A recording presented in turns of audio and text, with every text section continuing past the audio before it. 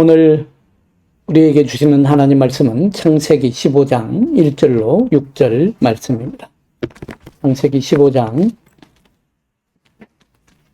1절로 6절 말씀입니다. 구약성경 18쪽이 되겠습니다. 이 계시의 말씀을 봉독해 들을 때에 다 함께 마음을 열고 하나님의 음성을 친히 들으실 수 있기 바랍니다. 이후에 여호와의 말씀이 환상 중에 아브라함에게 임하여 이르시되 아브라함아 두려워하지 말라. 나는 내 방패요 너의 지극히 큰 상급이니라. 아브라함이 이르되 주 여호와여 무엇을 내게 주시려 하나이까. 나는 자식이 없사오니 나의 상속자는 이 다메섹 사람 엘리에셀이니이다. 아브라함이 또 이르되 주께서 내게 씨를 주지 아니하셨으니 내 집에서 길린 자가 내 상속자가 될 것이니이다.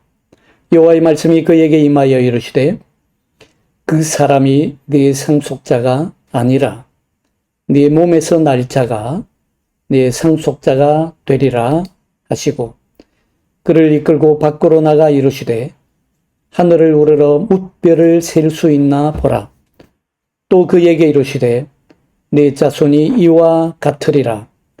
아브라함이 여호와를 믿으니 여호와께서 이를 그의 의로 여기시고. 아멘. 사람은 누구나가 살아가면서 많은 염려를 하며 살고 있습니다. 염려 없는 사람이 이 세상에는 아무도 없습니다.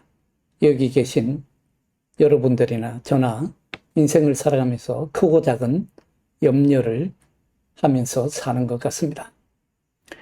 그런데 성경은 염려에 대해서 뭐라고 말씀합니까? 염려와 신앙은 같이 갈 수 없는 것이다. 염려는 신앙에 역행하는 것이다 라고 가르쳐 줍니다. 그렇습니다. 염려와 믿음은 함께 갈 수 없습니다. 염려하면서 믿고 믿으면서 염려하고 이럴 수는 절대로 없는 법입니다. 성경은 믿든지 아니면 염려하든지 둘 중에 한쪽을 택하라고 말씀합니다. 마태복음 6장 27절에 보면 예수님 말씀하시지요.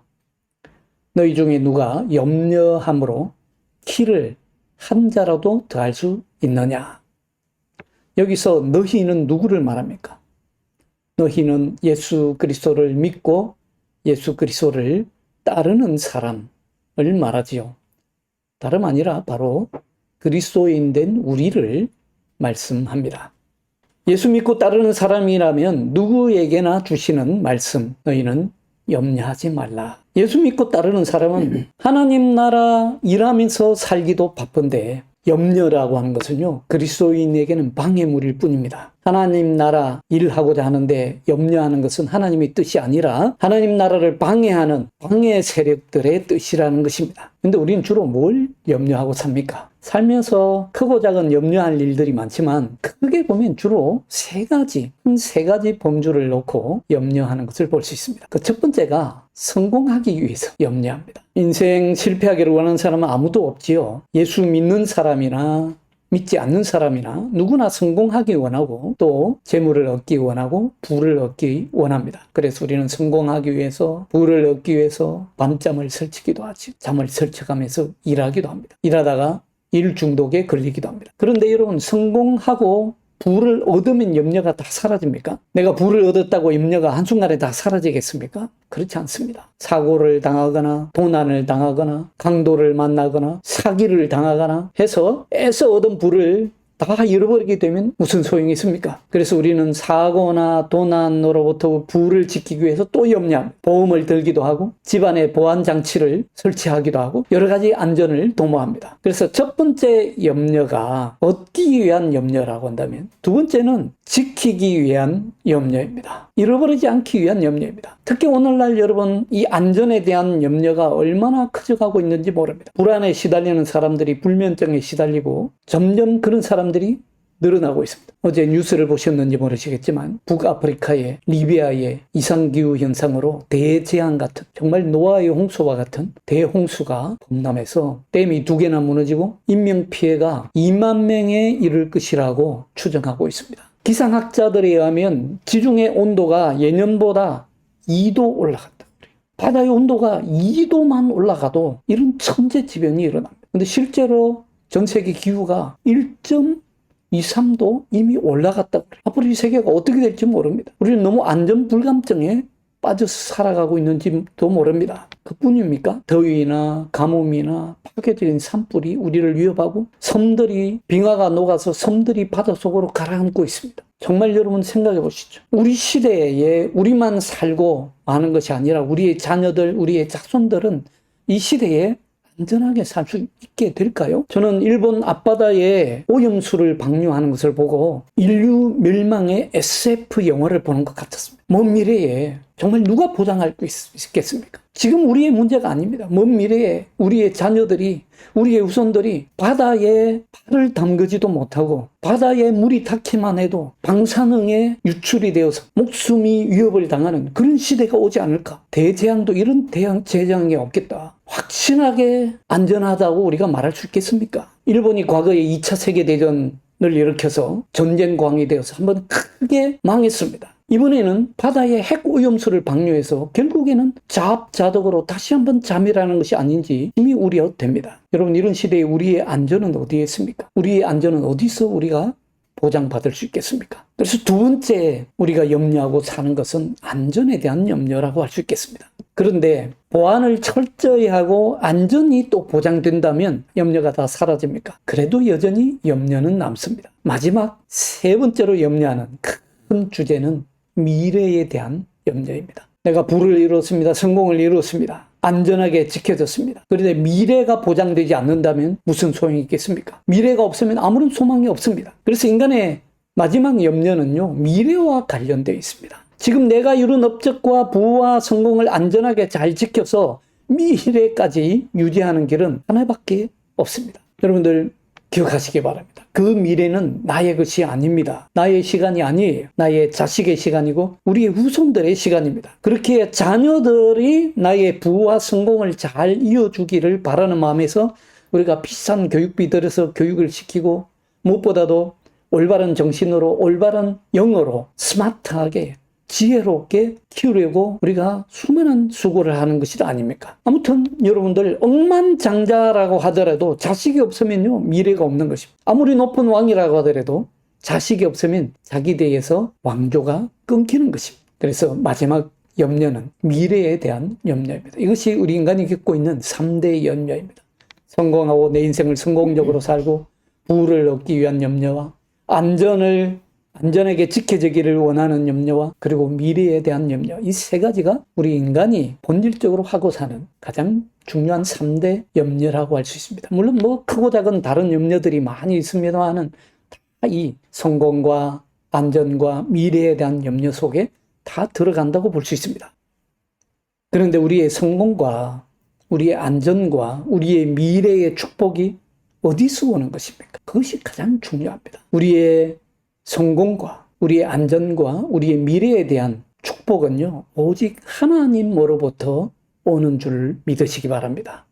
하나님이 이 모든 축복의 근원이 되십니다. 하나님은 우리에게 성공과 안전과 미래를 주십니다. 하나님은 하나님이 기뻐하시는 사람들에게 언제나 이렇게 해 오셨습니다. 오늘 본문에서 하나님은 아브라함과 언약을 맺으시고 바로 이런 약속을 주십니다. 아브라함은 하나님으로부터 놀라운 약속을 받습니다. 오늘 1절을 보시죠. 오늘 1절 말씀을 다 같이 한번 다시 같이 읽겠습니다. 15장 1절 말씀입니다. 이후에 여호와의 말씀이 환상 중에 아브라함에게 임하여 이르시되 아브라함아 두려워하지 말라.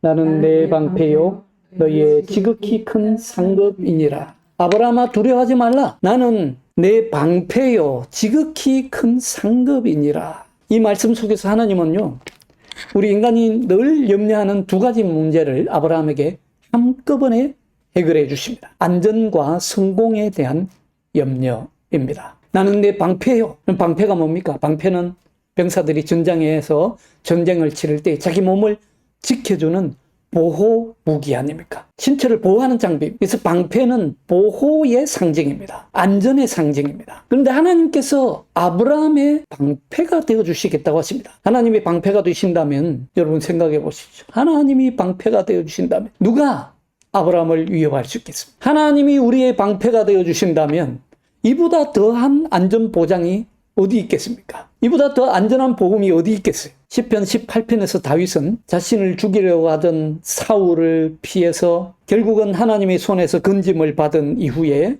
이렇게 노래합니다. 시편 18편 2절 말씀입니다.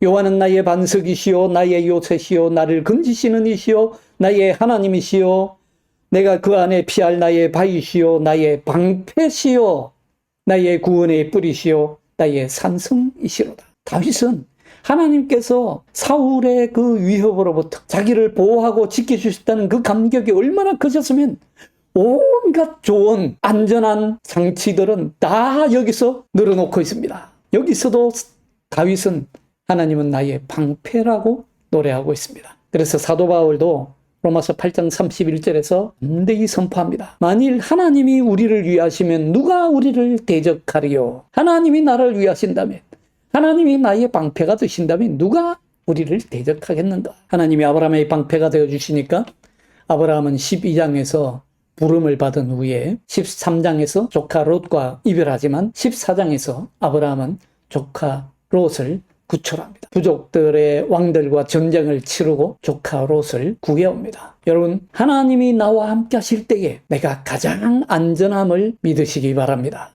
믿으시기 바랍니다. 다음으로 하나님은 아브라함에게 나는 너의 지극히 큰 상급이니라 말씀합니다. 하나님은 아브라함에게 약속하십니다. 참으로 놀라운 축복의 말씀이 아닐 수 없습니다.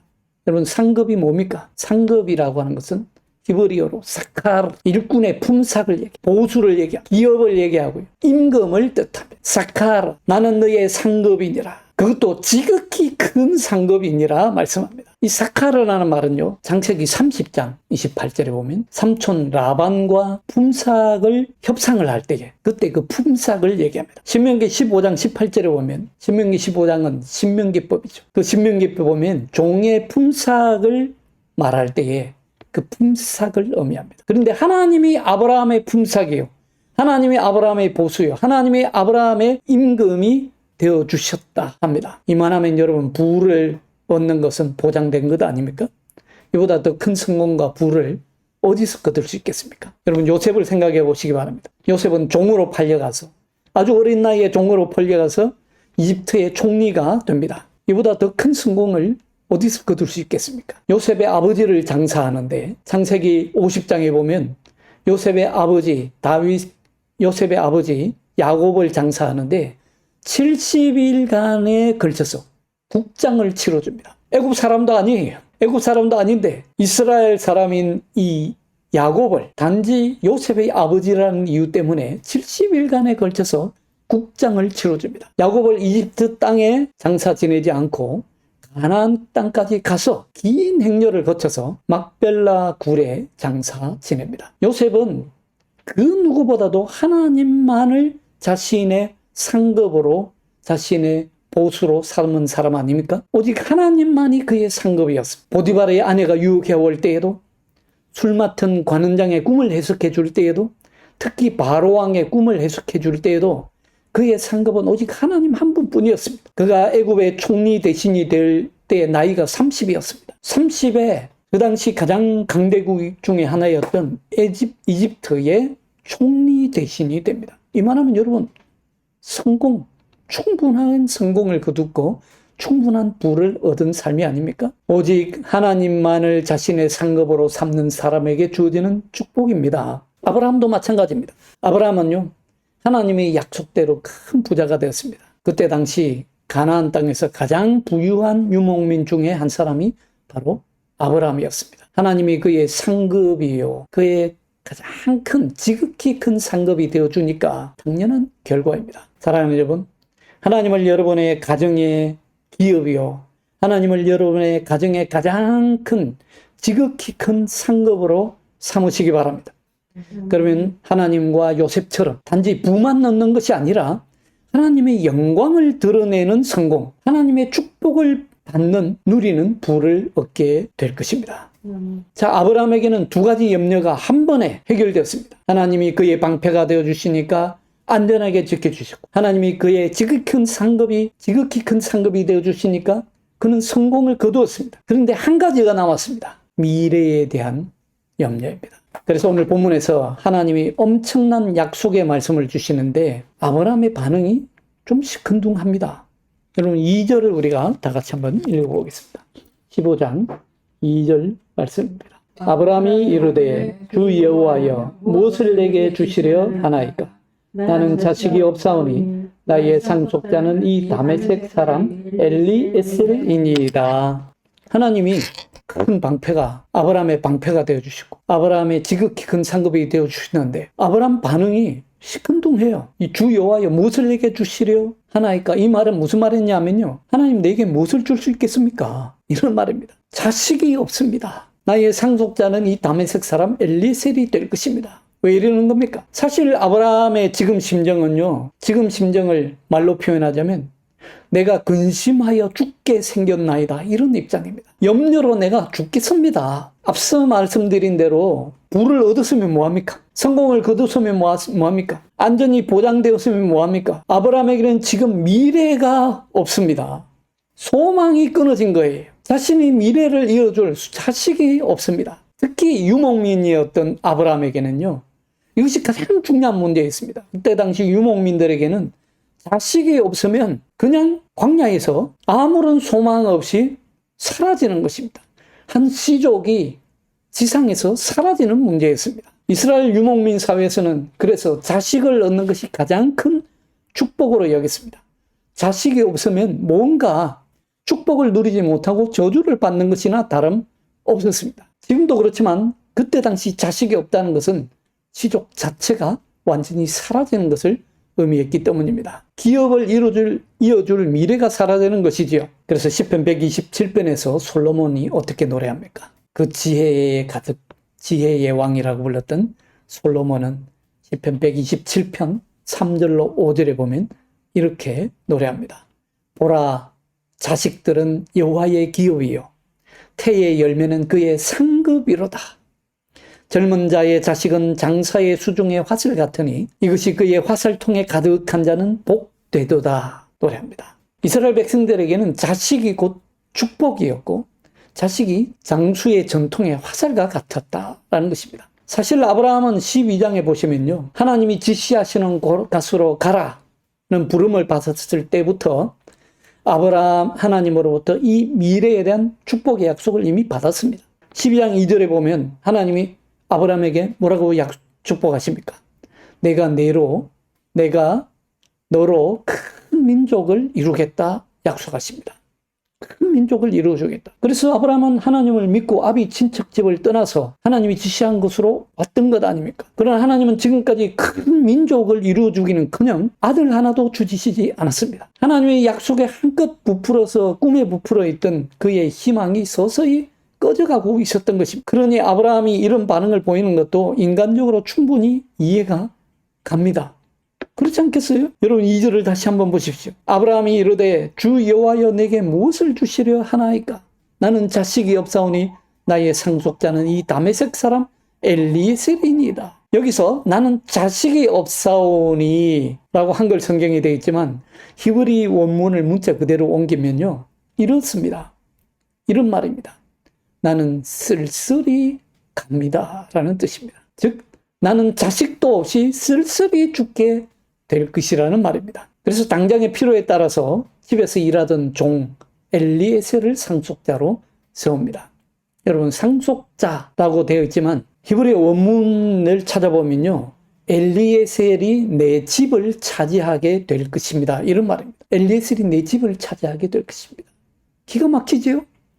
여러분, 부와 성공을 거두었습니다. 안전하게 하나님이 그의 방패가 되어 주셨습니다. 그런데 아브라함이 거두었던 그 모든 축복의 집을 엘리에셀이 차지하게 될 것이라는 것입니다. 그것도 오늘 성경 본문을 보십시오. 이 다메섹 사람이라고 했습니다. 여기서 이 다메섹 사람이라는 말에 우리가 주목해야 합니다. 이스라엘 사람이 아니라는 말입니다. 이방 민족입니다. 하나님이 약속하신 자식이 아니에요. 어처구니 없는 일이 아닐 수 없습니다. 자신의 형제나 친척도 아니라 이방 민족인 다메섹 사람 엘리에셀을 자신의 상속자로 삼겠다는 것입니다. 사실 이 아브라함이 얼마나 외로웠겠습니까? 이스라엘의 믿음의 조상을 끝으로 이스라엘의 민족 자체가 씨가 말라서 더 이상 어떤 미래도 기대할 수 없을 그런 위기입니다. 그때에 하나님은 단호하게 대답하십니다. 오늘 4절 말씀입니다. 4절 말씀 다 같이 우리가 함께 읽겠습니다. 4절 여호와의 말씀이 그에게 임하여 이르시되 그 사람이 내 상속자가 아니라 내 몸에서 날 자가 내 상속자가 되리라. 내 상속자가 아니다. 그 사람은 내 상속자가 아니다. 내 몸에서 내 상속자가 날 것이다. 이때 아브라함이 나이가 80을 훌쩍 넘긴 나이입니다. 사라도 아이를 낳기에는 나이가 너무 많습니다.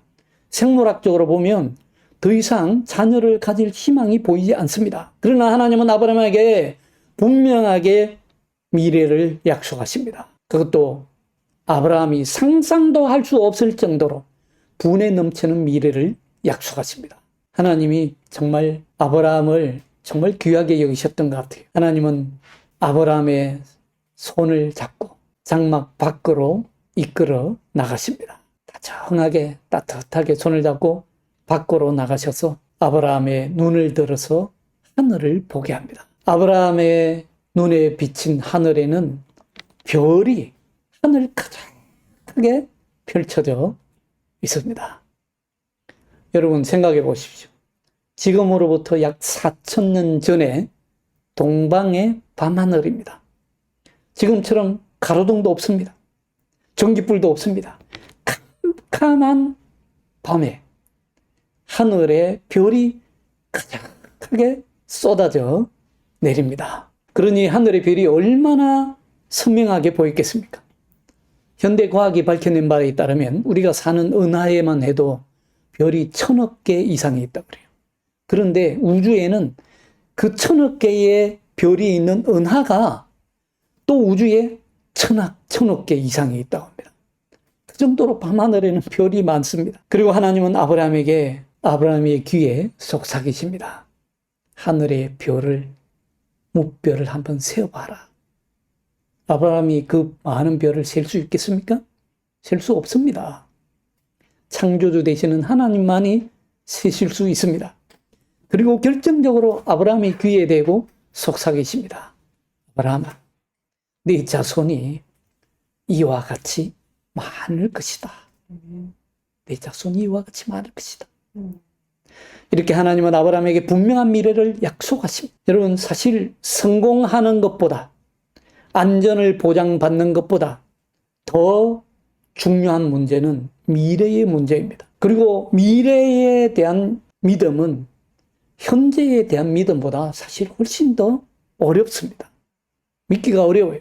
왜냐하면 당장 우리 눈에 보이지 않기 때문입니다.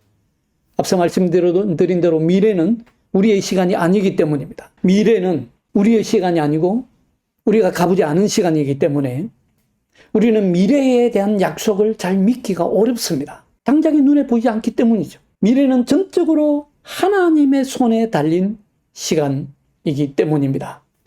그래서 이 미래의 자식, 미래의 축복에 관해서는 하나님이 아브라함에게요, 한 번만 약속하시는 것이 아니라 여러 번에 걸쳐서 약속하십니다. 여러분, 창세기 12장에 하나님께서 아브라함을 부르시고 약속하십니다. 오늘 본문이 있는 창세기 15장에서 약속하시고 또 약속하십니다. 그리고 16장에 보면 하갈과 이스마엘의 사건이 있은 다음에 17장에서 또 하나님은 아브라함에게 약속하시고 언약을 주십니다. 17장 4절에 보면 보라, 내 언약이 너와 함께 있으리니, 우리 다 같이 읽겠습니다. 17장 4절입니다. 보라, 내 언약이 너와 함께 있으니 너는 여러 민족의 아버지가 될지라. 내 언약이 어디 있다고요? 내 언약이 너와 함께 아직 있다. 너는 여러 민족의 아버지가 될지라. 17장에서는요, 아브라함에게 더 확신을 분명하게 심어지기 위해서 아브라함이라는 이름을 아예 아브라함으로 바꿔가시면서 언약하십니다. 약속하십니다. 아브라함이라는 뜻은요, 아버지는 높으시다, 높은 아버지라는 뜻을 가지고 있습니다. 그러나 아브라함은 열국의 아비, 여러 민족의 아비라는 뜻을 가지고 있습니다. 하나님이 왜 아브라함을 아브라함으로 바꾸셨겠습니까? 미래에 너로 큰 민족을 이루겠다는 약속을 계속 주셨는데 아브라함이 이 약속, 미래에 대한 약속을 믿기가 어려우니까 이름을 아예 너는 열국의 아비다, 여러 민족의 아비가 될 것이다 라고 바꿔줍니다. 그뿐만입니까? 22장에서는 아브라함이 이삭을 제물로 바치려고 하니까 하나님이 그 믿음을 귀하게 보시고 칭찬하시면서 또 한 번 약속을 주십니다. 22장 17절에 보면 내가 내게 큰 복을 주고 내 씨가 크게 번성하여 하늘의 별과 같고 바닷가의 모래와 같게 하리니 내 씨가 내 대적의 성문을 차지하리라. 보십시오. 12장에서 약속하시고 15장에서 약속하시고 17장에서 약속하시고 그리고 마지막으로 22장에서 약속하시고 여러 번에 걸쳐서 하나님은 계속 언약을 주십니다. 이 말은요, 미래에 대한 하나님의 약속과 언약을 우리 인간이 사실 믿기가 그만큼 어렵다는 것입니다. 우리는 당장 눈앞에 보이는 것을 원합니다. 당장 눈앞에 뭔가 이루어지기를 바랍니다. 당장 눈앞에 하나님이 나에게 뭔가 증거를 보여주시기를 원합니다. 그러나 미래에 대한 축복만큼 더 귀한 축복이 없습니다. 하나님은 이 언약을 그대로 이루십니다. 21장에 보시면 이삭이 태어납니다. 여러분, 이삭이라는 뜻이 무슨 뜻인 줄 아십니까? 이삭이라는 뜻은요, 웃음이라는 뜻입니다. 웃음입니다. 하나님은 아브라함의 염려를 웃음으로 바꿔주셨습니다. 그리고 창세기 25장에서 이삭에게서 야곱이 태어나죠. 그리고 야곱이 이스라엘이 되고 이스라엘 12지파의 조상이 됩니다. 궁극적으로 보면 아브라함의 자손 예수 그리스도 안에서 모든 민족이 아브라함의 자손이 되는 길이 열리게 됩니다. 하나님의 언약과 약속은요, 절대로 파기되지 않음을 믿으시기 바랍니다. 아브라함도 처음에는 염려에 빠져서 하나님의 뜻을 알지 못했지만 결국에는 하나님의 약속을 믿음으로 받아들입니다. 오늘 15장 6절을 보시죠. 15장 6절 다 같이 한 목소리로 읽겠습니다. 15장 6절입니다. 시작. 아브라함이 여호와를 믿으니 여호와께서 이를 그의 의로 여기시고. 이때까지만 해도 미래에 대해서는 여전히 하나님의 약속만 주어졌지요. 당장에 눈에 보이는 것이라고는 없지만 도저히 눈에 보이지 않기 때문에 믿을 수 없는 상황이지만 아브라함은 하나님을 믿었습니다. 이 믿음을 하나님은 의롭게 보셨습니다. 여러분, 바로 이 믿음으로 아브라함과 우리는 4,000년이라는 시간을 뛰어넘어서 서로 하나로 연결되어 있습니다. 아브라함이 그랬던 것처럼 우리도 하나님의 미래의 축복의 크기를 짐작조차 하기 어렵습니다. 그러나 믿으면 그 미래의 축복이 우리의 것이 될 줄로 믿으시기 바랍니다. 아브라함에게 그랬던 것처럼 우리도 아브라함의 영적인 자손이기 때문에 하나님은 우리의 방패가 되어 주실 줄로 믿습니다. 아브라함에게 그랬던 것처럼 하나님은 오늘 우리에게도 지극히 큰 상급이 되어 주실 줄로 믿습니다. 하나님이 아브라함에게 미래의 축복을 약속하셨던 것처럼 우리에게도 영원한 하나님 나라의 소망을 이루어 주실 줄로 확실히 믿으실 수 있기를 주 예수 그리스도의 이름으로 축원합니다. 기도하겠습니다. 하나님 아버지 감사합니다.